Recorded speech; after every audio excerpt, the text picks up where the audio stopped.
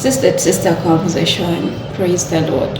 Hi lovely. In my previous video, I promised to give you some of the wrong reasons why some of us gave our lives to Christ or are about to give our lives to Christ. Say, accept salvation, church. I am a church girl, though I don't like being called one anyway. I don't know why, but yeah, I don't like it. But I am a church girl, not because either my parents is a pastor or a reverend, whatever. No, not really. But because my mother has been at the front line of church ministry for as long as I've known her. So that means if I'm 32 years, then she has been in this ministry for over 32 years because I found her there. By the time I was born, my mother was a church treasurer. She would keep the church money. Those days, Dad had opened up the bank account, so right now she does not. She resigned when I was about to finish campus. Being her last born, I would stay behind with her. Of course, counting church money.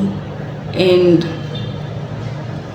sometimes they would have meetings after, or even during their casual conversations as church leaders, you would get to know about the hiccups and the conflicts, the issues, the loopholes in church. But I didn't mind then until I started doing ministry after my senior six. In my senior six vacation, up to date, with different churches in Uganda for now. Yeah, until I started doing ministry with different churches in Uganda, and also got to know the conflicts they have, the loopholes, hiccups they have as churches. Some are similar, some are different, some sound greater, some sound minor, but either way, there are some of us who are born again and do not know that actually even the church has hiccups. So if you get born again because of church, at this point I'm not talking about us, I'll come to that later, because I well know that the Bible addresses us, you and I, as the church. But me, I'm talking about where you go for worship on Sunday, on Saturday, Thursday, or any other day.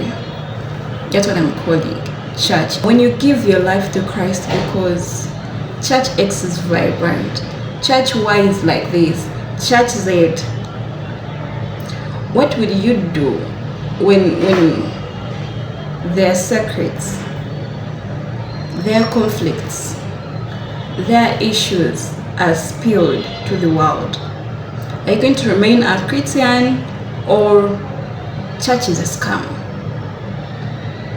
I don't want you to be misled and be heartbroken for nothing. Hebrews chapter 12 verse 1 and 2, it says that since we are surrounded by a cloud of great witnesses, we therefore ought to lay down on every weight and the sin that entangles us, so that we run with perseverance the race set before us.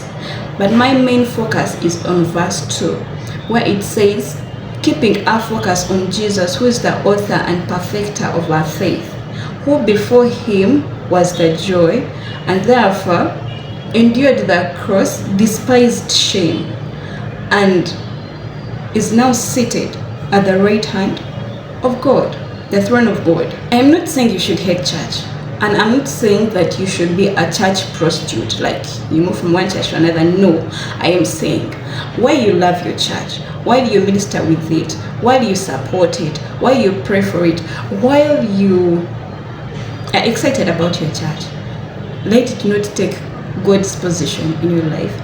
Let your main focus be Jesus, lest it becomes an idol. Anything that takes Jesus' place in your heart, in your life, anything that takes God's place, no, it's an idol. So please take note. All right.